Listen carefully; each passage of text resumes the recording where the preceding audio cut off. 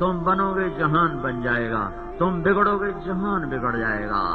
ایک اور آسان کر دوں، چکی کے دو پارٹ، اس میں ایک کیل، یہ کیل بیچ کا کام دیتا ہے، یہ اوپر کے پارٹ کو اپنی جگہ پہ، نیچے والے کو اپنی جگہ پہ رکھتا ہے، پھر یہ جب گھومتا ہے تو یہ بیچ میں مضبوطی سے کھڑا ہوتا ہے۔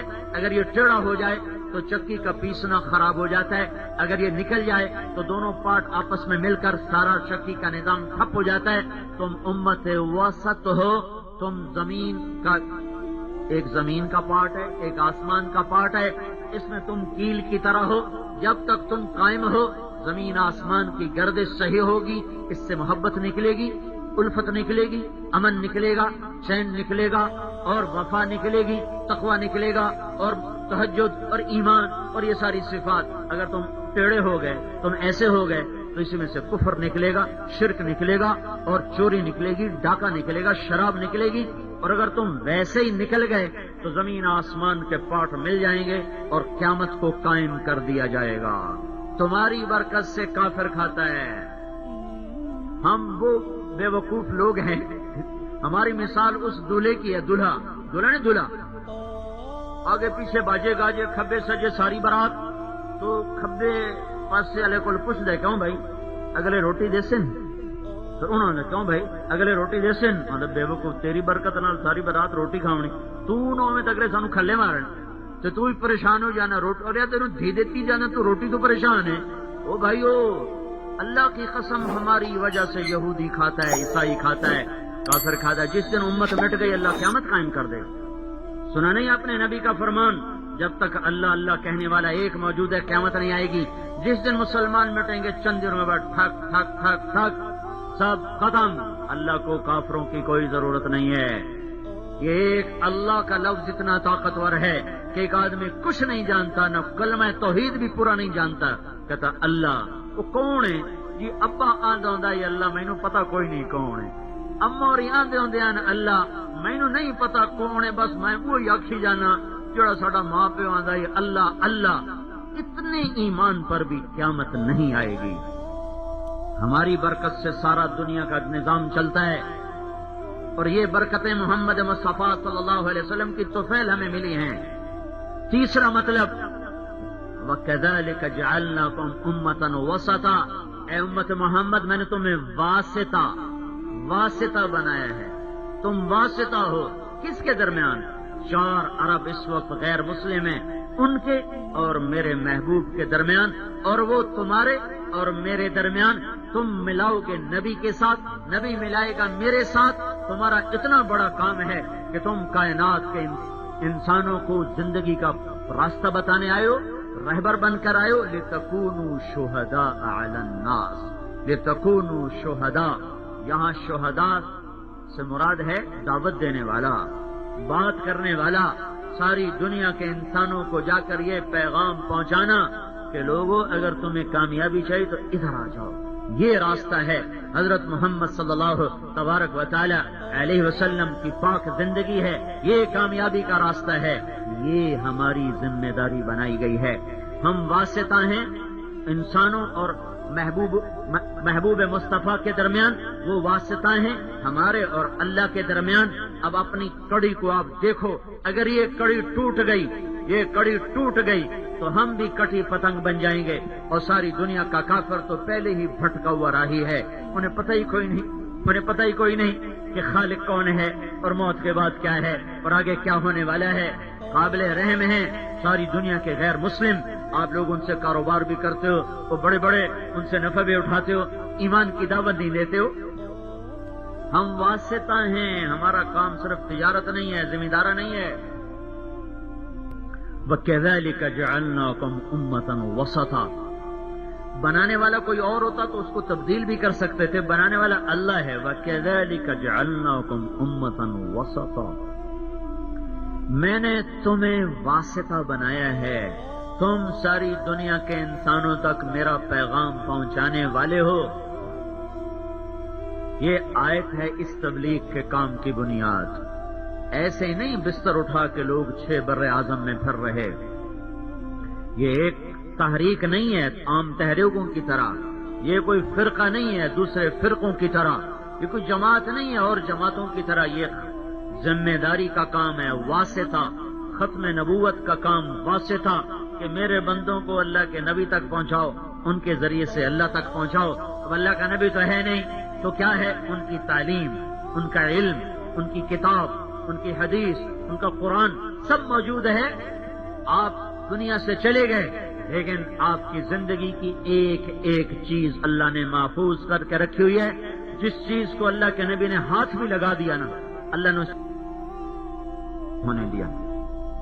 ہمارے ہاں ایک فتنہ چلتا ہے، زیادہ جو لوگ اپنے طور پہ پڑھ لیتے ہیں کہ حدیث کا کوئی اعتبار نہیں، بعد میں لکھی گئی ہے، بعد میں لکھی گئی ہے۔ دیکھو جو لوگ ذرا باشعور ہوتے ہیں نا، وہ اپنے بڑوں کی چیزیں سنبھال کے رکھتے ہیں، ضائع نہیں کرتے، ضائع نہیں۔ یہ ہمارا بھائی محمد علی ہے نا، اس کے پاس ہمارے سکول کے زمانے کے خط آج بھی کہیں پڑے ہوئے، ایک ایک چیز سنبھال کے رکھتے ہیں، جو شعور رکھتے ہیں کہ یادگار ہیں۔ ہمارے باپ کو مرے 18 سال ہو گئے، اس کی اچکن ابھی بھی پڑی ہوئی ہے، نہ میرے کام کی نہ میرے بھائی کے کام کی۔ ہم 2 بھائی ہیں، میرے باپ کا قد مجھ سے بھی چھوٹا تھا، میرے بھائی کا قد مجھ سے بھی بڑا ہے، لیکن ہم نے اس کو سنبھالا ہوا ہے کہ ہمارے باپ کی نشانی ہے۔ ہماری ماں کی چند ٹوٹی پھوٹی چیزیں پڑی، ہم نے سنبھال کے رکھی ہیں کہ ہماری ماں کی نشانی ہے۔ حکومت نے عجائب گھر میں اپنی نشانیاں سنبھال کے رکھی ہوئی ہیں کہ ہمارے پہلے بادشاہوں کی نشانیاں ہیں، اور برطانیہ والوں نے وہ اپنے دریا کے کنارے ایک محل بنایا ہوا ہے، ایک قلعہ بنایا ہوا ہے جس میں شاہان برطانیہ کی یادگار چیزوں کو سنبھال کے رکھا ہوا ہے۔ جس کے اندر تھوڑا سا شعور ہوتا ہے اور قوت ہوتی ہے اور سلیقہ ہوتا ہے، وہ اپنی پچھلی چیزوں کو سنبھالتا ہے، یادگار کے طور پہ رکھتا ہے۔ لیکن چونکہ ہم کمزور ہیں، ہم طاقتور نہیں ہیں، ہم میں قوت نہیں ہے، بہت سی چیزیں ہم ضائع کر بیٹھتے ہیں، بہت سی چیزیں ہم بچا لیتے ہیں، زیادہ ضائع ہو جاتی ہیں، تھوڑی بچ جاتی ہیں۔ اللہ اللہ اللہ، جس کی نہ کوئی مثال نہ مثل، طاقت، ہیبت، علم، جبروت، کبریائی، قدرت، اس نے زمین آسمان میں ایک حبیب بنایا، ایک حبیب، ایک جیسے وہ وحدہ لا شریک ہے تو اس کا حبیب بھی اپنے حبیب ہونے میں وحدہ لا شریک۔ اللہ نے حبیب ایک ہی بنایا، خلیل بہت ہیں، حبیب ایک، دوست بہت ہیں اللہ کے، ولی بہت سے ہیں، حبیب ایک ہے۔ ہاں، اور وہ حبیب آیا ہے قیامت تک کے لیے۔ اللہ نے اپنے حبیب کی ہر چیز کو سنبھالنے کا اعلان کیا اور ارادہ کیا۔ تمہیں کیا خیال ہے اللہ آج دے زمانے چاہتے کمزور پہ گیا کہ 4 بندیاں نبی دی گلاں دے وچ 4 اللہ ہور رلا دیتیاں؟ اللہ سو گیا تھا، اللہ غافل ہو گیا تھا، اللہ ایٹمی طاقتوں سے ڈر گیا تھا، تو اس سے فائدہ اٹھا کر دجالوں نے، کذابوں نے اللہ کے نبی کی باتوں میں اپنی باتیں ملا دی، لہذا حدیث کا اعتبار نہیں۔ اور یہ بولنا حبیب کس کا ہے، یہ محبوب کس کا ہے جو نہ دن میں سوئے نہ رات کو، اندھیرا اجالا برابر، ماضی حال برابر، مستقبل برابر، فوق تحت برابر، شمال جنوب برابر، مشرق مغرب برابر، پیدائش سے لے کر وفات تک کہیں انگلی بھی اللہ کے نبی نے رکھی تو وہ بھی آج تک محفوظ ہے کہ حفاظت کرنے والا عرب نہیں تھا، حفاظت کرنے والی حکومت عباسیہ نہیں تھی، اور خلافت راشدہ نہیں تھی، اور بنو امیہ نہیں تھے، اور مغل عثمانی نہیں تھے۔ حفاظت کرنے والا اللہ تھا جس نے ہر ادا کو محفوظ رکھا ہے۔ ہم اس نبی کے لیے واسطہ ہیں۔ وَكَذَلِكَ جَعَلْنَاكُمْ أُمَّةً وَسَطًا لِتَكُونُوا شُهَدَاءَ عَلَى النَّاسِ وَيَكُونَ۔ اگر یہ صرف مولانا الیاس یا تبلیغی جماعت کی طرح جماعت ہوتی، ہندوستان میں مر کھپ گئے ہوتے، یا چلو پاکستان بنا تھا تو میواتیوں نے یہ کام شروع کیا تھا، رائمنڈ کے چوطرف میواتی آباد تھے، 2-4 میواتی کر رہے ہوتے، یہ تو چھوٹی سی مسجد سے نکلی آواز 1926 میں ایک کمزور سی آواز اٹھی اور 80 برس کے بعد 6 بر اعظم پر محیط ہو گئی۔ 1982 میں پہلی دفعہ انگلستان گیا تھا، پھر کئی دفعہ گیا، اب آخری دفعہ ابھی 3 ستمبر کو واپس آیا ہوں۔ 1982 میں جب میں گیا تھا تو وہاں کے تھوڑے لوگ تبلیغ میں لگے ہوئے کہتے تھے کہ یہاں کے لوگ ہم سے کہتے ہیں کہ تیسری نسل ہماری ہے، تم پڑھ لو نمازیں، تم رکھ لو روزے، تیسری نسل ہماری ہے۔ یہ 1982 میں نے کئی دوستوں سے یہ بات سنی.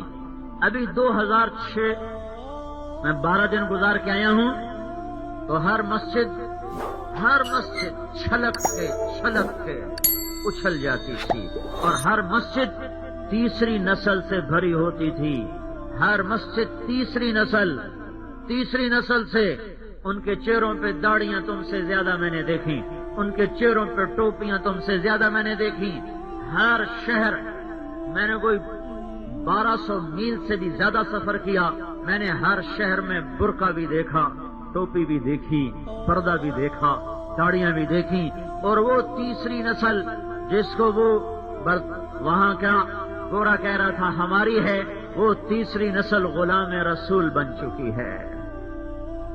آنکھوں سے دیکھ کے آیا ہوں. اب ان کو اپنی نسل کی فکر پڑ گئی ہے کہ یہ تو کہیں ہم کو بھی لیتے ہیں, یہ ہمیں بھی گھیرتے ہیں. اور یہاں برقع پہننا آسان ہے, وہاں برقعے میں جانا جہاد ہے. یہاں داڑھی رکھنا آسان ہے, وہاں داڑھی پگڑی کوئی مذاق نہیں ہے, بڑے جان جوکوں کا کام ہے. اللہ تعالیٰ دکھا چکا ہے. چند لوگوں نے شروع کیا, ساری امت تو اب تک بھی اکثر لوگ مذاق اڑاتے ہیں ویلیاں دا کام میں, ویلیاں دا کر لو جو ویلے تو کر لو. ہے اپنی حیثیت سمجھو میرے بھائیو, یہ کڑی ٹوٹ گئی تو اپنے بھی گئے اور غیر بھی گئے. تبلیغ کے لیے وقت دینا یہ اللہ کے قرآن کا پیغام ہے اور اس ذمہ داری کی ادائیگی ہے جو خوبصورت میرے گلے کا ہار بن کے سجی ہے. وَكَذَلِكَ جَعَلْنَاكُمْ أُمَّةً وَسَطًا, تم ہو واسطہ انسانیت اور اپنے محبوب کے درمیان. ہم چھوٹے کام کے لیے نہیں پیدا کیے گئے, عظیم الشان انسانیت کو راہ دکھانا. 1982 میں ہمارے ایک دور کے رشتہ دار سے تھے, ان سے میں ملنے گیا تو انہوں نے بڑی بےزتی کی, ٹکا کے بےزتی. ویلے منہ چاہتے آ گئے ہو, تھوڑے کو ڈھیر پیسے مینو دے دیو, میں اتنے بے روزگاری ود رہی ہے, میں اتنے لوگاں خرچ کراں, لوگاں دا وقت برباد, پتہ نہیں کیا. 1 گھنٹہ پوری سلواتیں سنیں. اگلے دن میں نے فون کیا کہ جناب روٹی تو کھا لو, چلو ساری گل تو نہ منو, روٹی تو کھا لو. کہ چلو تسی آتے لے جاؤ تو میں کھا لینا. انہوں نے کہا نہ یہ آئیں گے نہ میں جاؤں گا. تو ہم پہنچ گئے, سانو اپنا پاوے تو بھاویں پہاڑ دے اندر جا پڑیے, جی پٹھان نہیں کرتے وصول کر دے, بندہ وصول کرنا تو تبلیغ. ہم پہنچ گئے گاڑی لے کر, آ گیا. جب نماز پڑھی نا تو کہنے لگا آج 27 سال کے بعد پہلی نماز پڑھی. اچھا اس کی لمبی کہانی چھوڑو. پھر اس نے ہمارے ساتھ 3 دن لگائے. 3 دن میں اس کی جو زندگی بدلی ہے.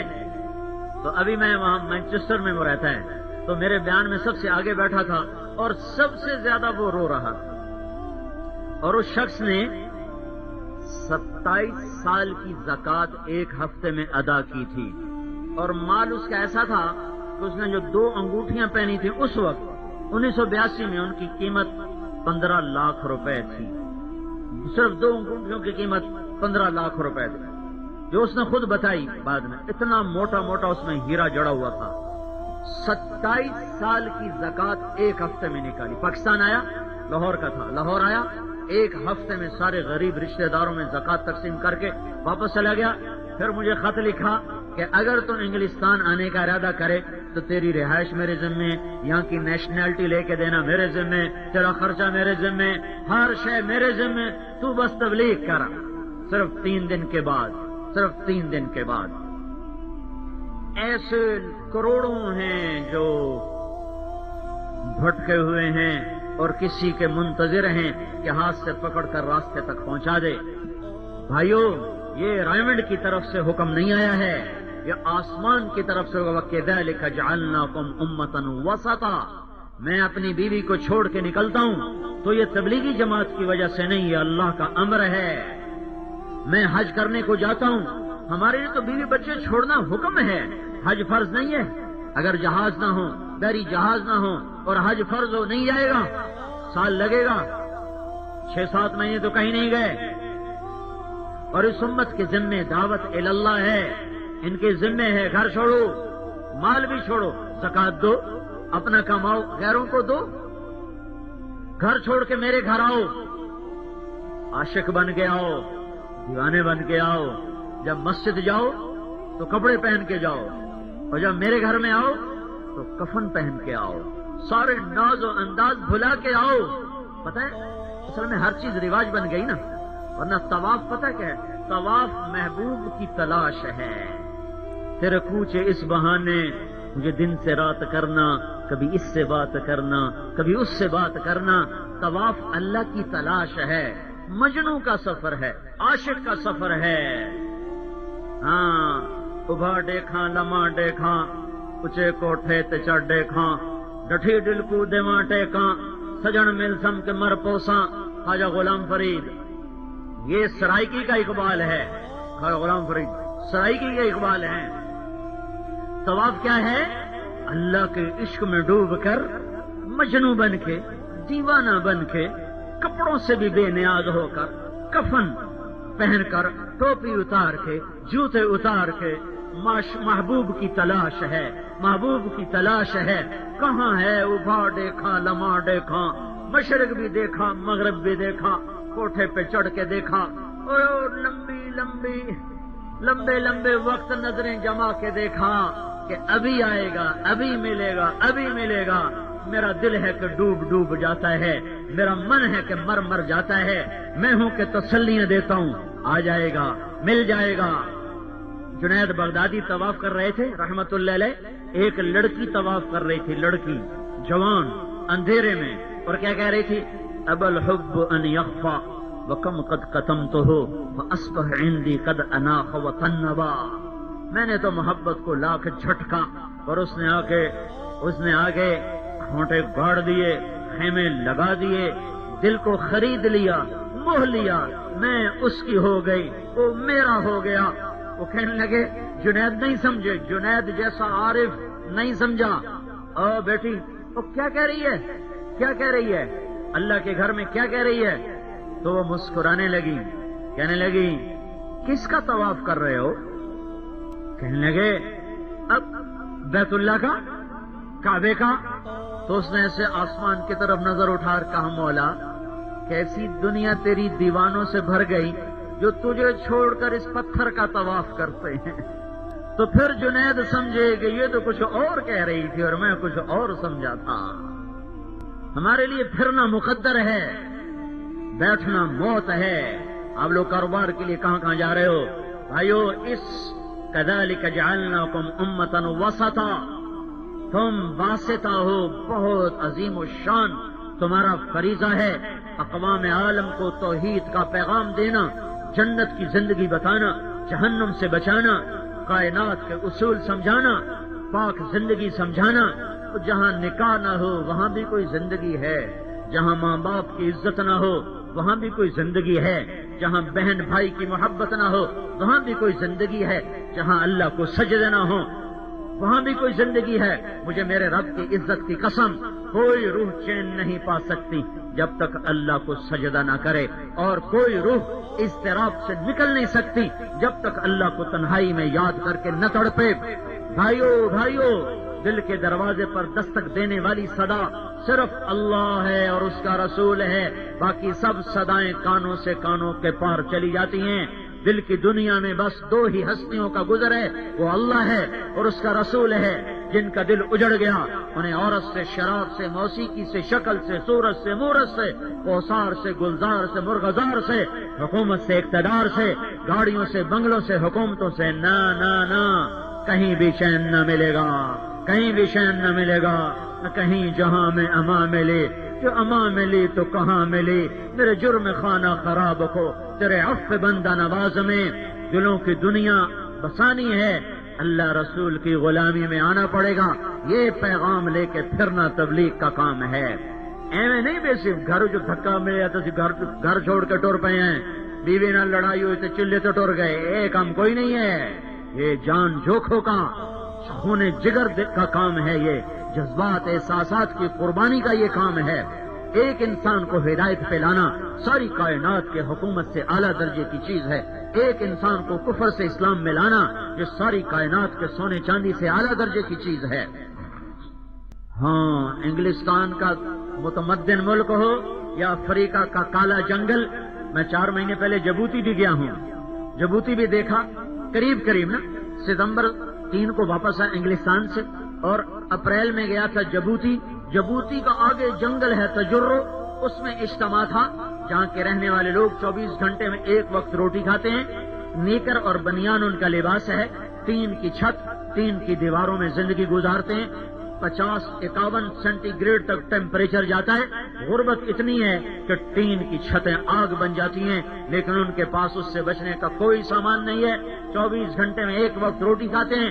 وہ بھی وہاں بھی اجتماع تھا، ہم ان کی نہیں سمجھتے تھے، وہ ہماری نہیں سمجھتے تھے، عربی سے زبانوں میں ترجمہ ہوتا تھا، اور پھر وہ اٹھ کے 4 مہینے بھی دے رہے تھے، جماعتوں میں بھی چل رہے تھے، ان کی عورتیں بھی نکل رہی تھیں اور وہ بھی نکل رہے تھے۔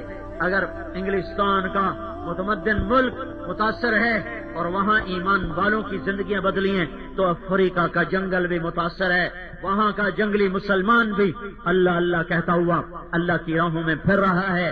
یہ انوکھا کام صدیوں کے بعد زندہ ہوا ہے، یہ انوکھی محنت صدیوں کے بعد زندہ ہوئی ہے۔ میں آپ کے سامنے ہاتھ جوڑتا ہوں، کچھ وقت دے دو، بڑا افسوس ہوگا، آنے والے دن بڑا افسوس ہوگا۔ یہ بڑی عزت کا کام ہے، یہ بڑی بلندیوں کا کام ہے، بڑی شرافتوں کا کام ہے۔ کائنات انسانیت کو اللہ کا پیغام سنا کر انہیں زندگی پر لانا، نماز پڑھانا، روزے پہ لانا، ماں باپ کی اطاعت پہ لانا، کون جانے ماں کیا ہے اور باپ کیا ہے۔ اللہ کے نبی نے بتایا ماں کیا ہے اور باپ کیا ہے۔ آپ جنت میں گئے، قرآن کی تلاوت کی آواز آ رہی ہے، آپ نے پوچھا کون قرآن پڑھ رہا ہے؟ کہا گیا حارثہ پڑھ رہے ہیں۔ آپ نے کہا حارثہ مدینے میں بیٹھا ہوا ہے، جنت میں تلاوت کی آواز کیسے آ رہی ہے؟ چند آدمیوں کو سنانے کے لیے اتنے بڑے سپیکر ہیں؟ تو جنت کے فرشتوں نے عرض کی یا رسول اللہ، ماں کی خدمت گزار ہیں، جب قرآن پڑھتے ہیں ساری جنت گونجنے لگتی ہے۔ اللہ ساری جنت کو قرآن سناتا ہے۔ اب تو مسلمان اولاد بھی ماں باپ کو ذلیل کر رہی ہے۔ ایک دور تھا، میں نے اپنے دادے کا بھائی تو دیکھا ہے، اپنا دادا نہیں دیکھا، تو میں نے اپنے دادے کے بھائی کی اولاد کو دیکھا، میرے چچا ہی لگے، اپنے باپ کے سامنے نہیں بیٹھتے تھے، پیٹھ کے پیچھے بیٹھتے تھے۔ مجھے یاد نہیں ہے کہ میں نے کبھی زندگی میں ان کو باپ کے سامنے بیٹھے دیکھا ہو۔ سامنے آتے تھے تو کھڑے ہو جاتے تھے، بیٹھتے تھے تو اس کی پیٹھ کے پیچھے بیٹھتے تھے۔ آج کا بے وقوف بیٹا مان، اما تجھے کیا خبر، ابو آپ کو تو پتہ ہی کچھ نہیں ہے۔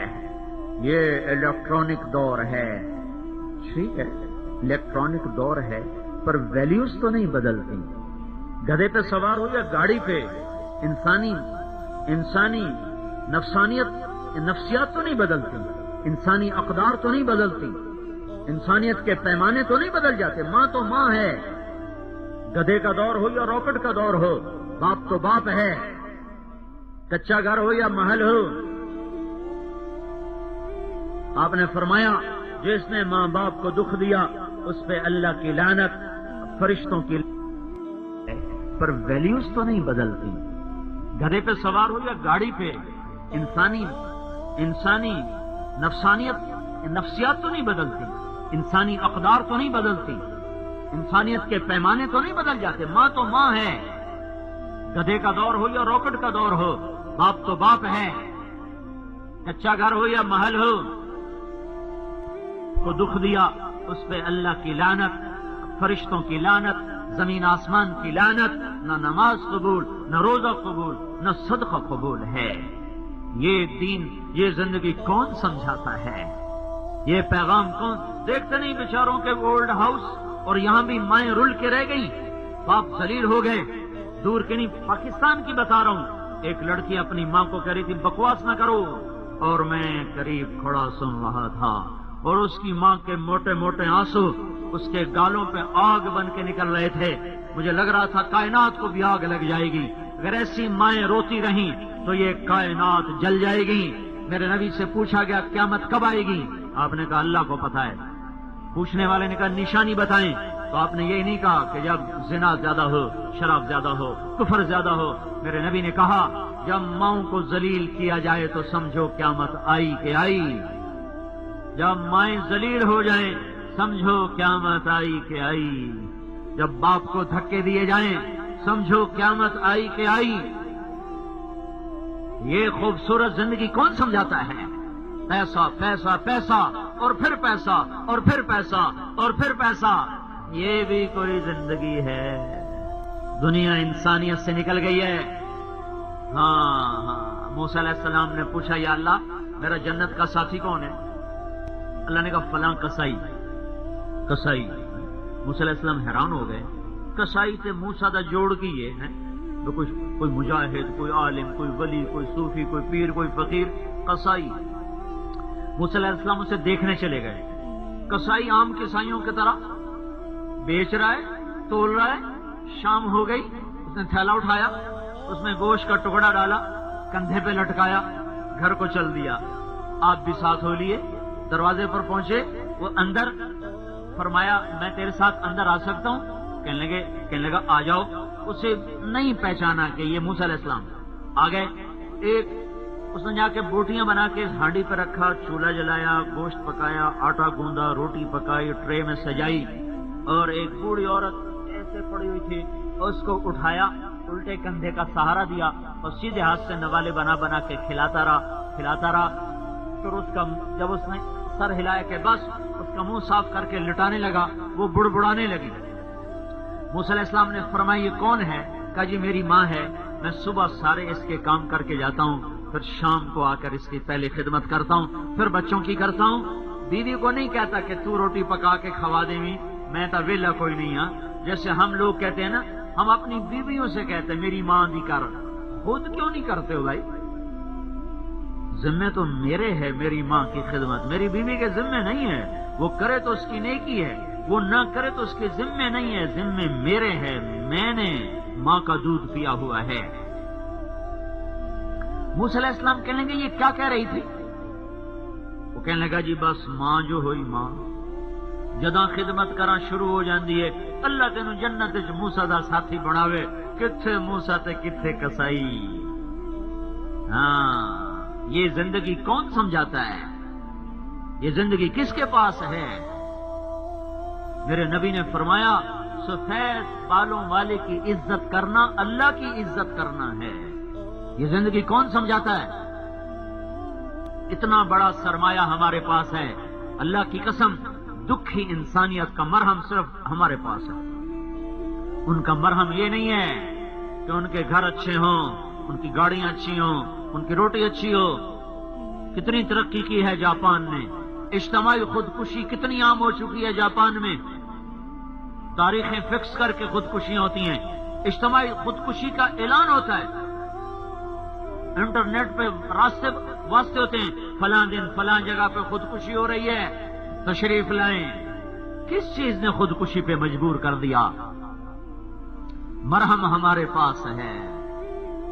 یہ اس امت کا عزت کا کام ہے، زندگی کی ترتیب سمجھانا، اللہ کے پاک دین کے پاک راستے پر ڈالنا، یہ اس امت کی محنت اور کام ہے۔ بھائیو کہیں چناب کلام میں آتے آتے نہ مر جانا، اور بھی دکھ ہیں زمانے میں محبت کے سوا، راحتیں اور بھی ہیں وصل کی راحت کے سوا۔ کبھی بستر اٹھا کے بھی دیکھو، راتوں کو گھر سونے کی لذت تو چکھ لی ہے، کبھی اللہ کی نسبت سے گھر چھوڑنے کی لذت بھی چکھو، نظر اٹھانے کی لذت کو تو چکھا ہے، نظر جھکانے کی لذت بھی چکھ لو، موسیقی کی لذت سے تو کان آشنا ہوئے، کبھی اپنی آہوں کے نغمے بھی سنو، رات کا اندھیرا ہو تو سننے والا کوئی نہ ہو، تو تیری ہچکیاں ہوں، تو تیری ٹھنڈی آہیں ہوں، مجھے میرے رب کی عزت کی قسم یہ وہ نغمہ ہے، یہ وہ نغمہ ہے کہ دنیا کا کوئی گیت اس کے مساوی نہ ہو سکے گا۔ جس سے رات کو رونا نصیب ہو گیا، جس سے رات کو آہیں بھرنا نصیب ہو گیا، جس سے رات کو ہچکیاں لینا نصیب ہو گیا، اس کے لیے اس سے بڑا نہ کوئی نغمہ ہے، نہ کوئی دھن ہے، نہ کوئی بول ہے، نہ کوئی گیت ہے، نہ کوئی ساز ہے، نہ کوئی آواز ہے۔ یہ تو مردہ دلوں کے گیت ہیں طبلہ سرنگے، یہ مردہ کانوں کے لیے راحت کا سامان ہے گانا بجانا، یہ زندہ دلوں کا سامان نہیں ہے۔ اللہ کی راہوں میں پھرو۔ وَكَذَلِكَ جَعَلْنَاكُمْ أُمَّةً وَسَطًا، میں نے قرآن سے آپ کو بات پیش کی ہے، بلال مسجد سے نہیں، رائمنڈ سے نہیں، قرآن سے آپ کے سامنے آپ کی ذمہ داری کو پیش کیا ہے۔ قبول کرو آپ کی مرضی، نہ کرو آپ کی مرضی۔ احباب جمع ہے میر، حال دل کہہ لے، پھر التفات دل دوستاں رہے نہ رہے۔ تم کون سا روز مجھے بلاؤ گے؟ ادھر پتہ نہیں کیا کیا خرافات ہوتی رہتی ہیں۔ چلو شکر ہے بلاؤ تو لیا، پتہ نہیں آگے بلاؤ کہ نہ بلاؤ، چلو ہم اپنی بات تو کہہ جائیں۔ تو بھائیو بہنوں، توبہ کرو، اپنے اللہ سے صلح کرو، اپنی زندگی کو حضرت محمد صلی اللہ علیہ وسلم کی پاک زندگی پر لاؤ، اور یہ گلے کا ہار بنا کر سارے عالم میں پھرو۔ یہ واسطہ کا کام ہے، یہ راستہ کا کام ہے۔ ہم دلیل ہیں، ہم راہبر ہیں، ہمیں یہ اعزاز اللہ کی طرف سے ملا ہے، اس پر خوش ہونا چاہیے کہ عالم انسانیت کی راہبری کا کام ہمارے ذمہ ہے۔ پھر کاروبار بھی کرو، پھر تجارت بھی کرو۔ ابو بکر کی تجارت نے اسلام کو تقویت پہنچائی، عمر کی زراعت نے اسلام کو تقویت پہنچائی، عثمان کے مال نے اسلام کو تقویت پہنچائی، علی رضی اللہ تعالیٰ عنہ کی، حضرت علی کے تم نے فقر کے قصے تو سنے ہوئے نا، کہ فقر تھا اور فاقے تھے، یہ بھی حق ہے، اور پھر اللہ نے رزق بھی دیا، وہ آپ کو نہیں پتا، وہ میں بتاتا ہوں۔ حضرت علی فرمانے لگے ایک وقت تھا کہ میں بھوک کی شدت میں مدینے میں پھر رہا تھا کہ کوئی مزدوری مل جائے تو 4 ڈوکے گھر بھی لے جاواں، آپ بھی کھاواں۔ تو کبھی اس دیوار پہ جھانکتا، کبھی اس دیوار پہ جھانکتا باغ کے اندر، تو ایک باغ میں جھانکا تو یہودی کہنے لگا ہاں کیا بات ہے، مزدوری کرو گے؟ کہا ہاں کروں گا۔